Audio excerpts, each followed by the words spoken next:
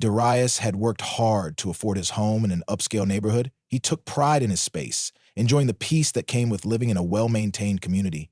But lately, something strange had been happening. His Wi-Fi had been running unusually slow. At first, he brushed it off, thinking maybe there were just too many devices connected.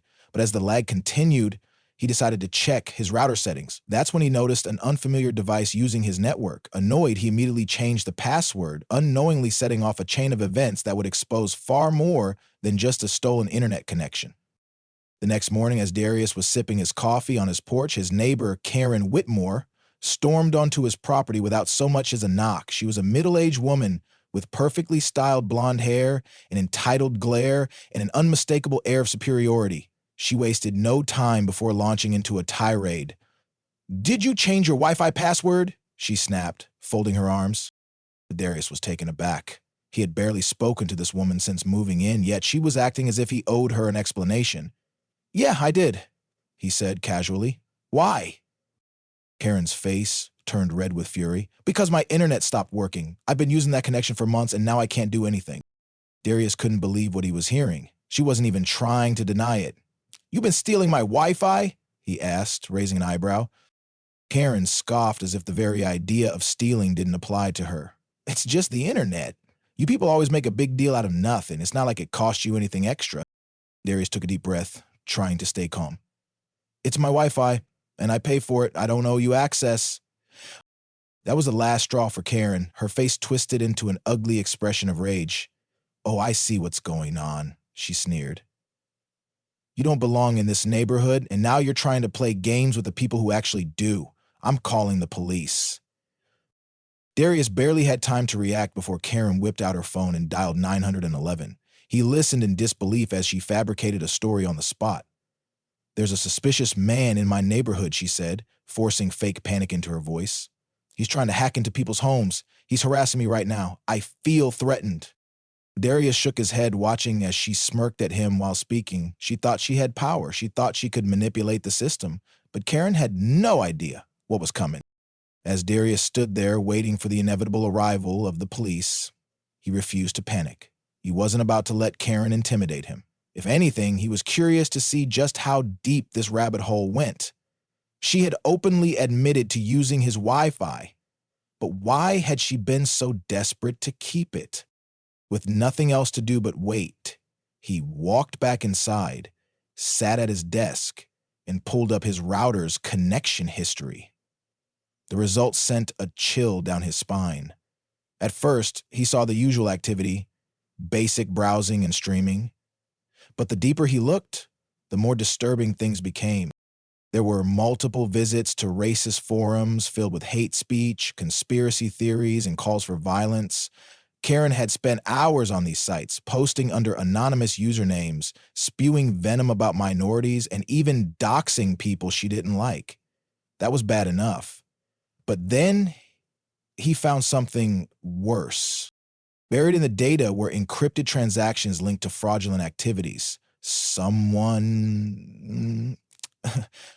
Karen, most likely, had been running online scams selling stolen goods through various marketplaces. There were even traces of what looked like identity theft, credit card information being processed through shady websites.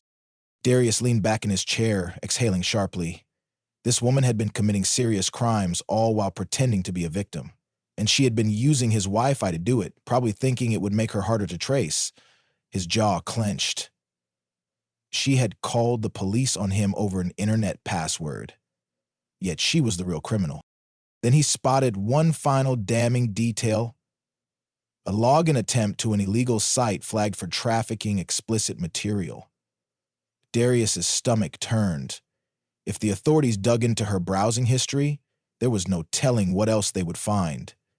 He quickly took screenshots, saving everything onto a USB drive.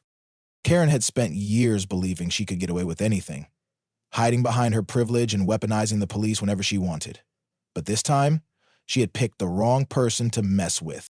The sound of sirens cut through the afternoon air, growing louder as a patrol car pulled up to Darius's driveway. 2 officers stepped out. Officer Jordan, a tall, composed black man, and Officer Miller, his shorter, stockier white partner. Both wore unreadable expressions as they approached. Karen, still standing in Darius's yard, immediately sprang into action. She rushed toward them, her face contorted in a dramatic mix of fear and outrage.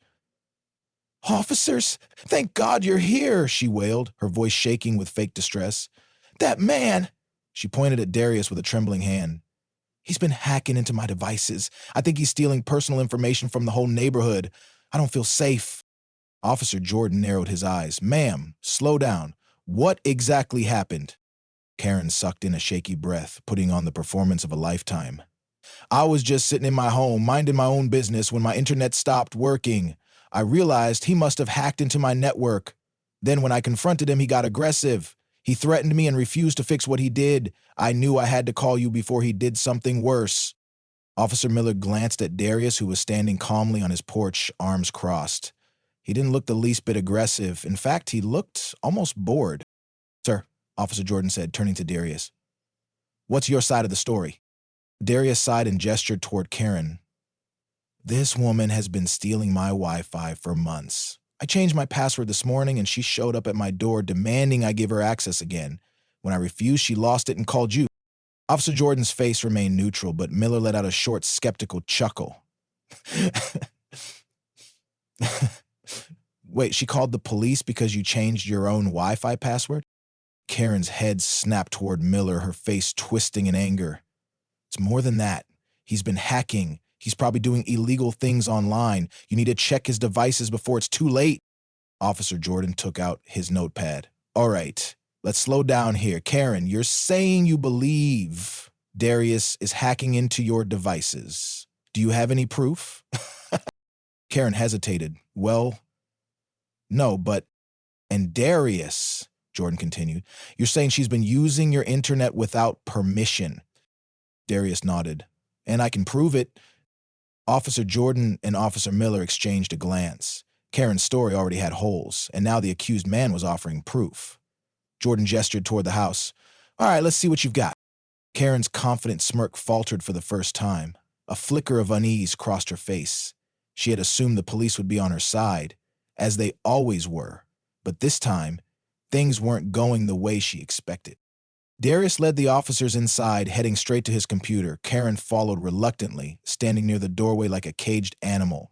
Her bravado had dimmed, but she still held on to the hope that the situation would swing back in her favor.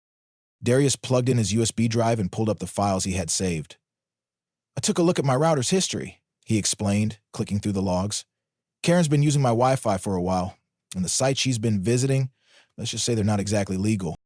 Officer Jordan and Officer Miller leaned in as the screen displayed the evidence.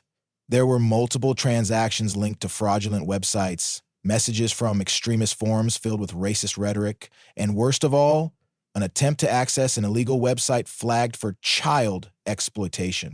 Karen went pale. "That's not mine. He's making this up," she shrieked. Darius didn't even turn to look at her. "Karen, your IP address is right here. You were using my connection, remember? That means everything you did online was logged under my network." The officers exchanged a look. Karen had no way out now.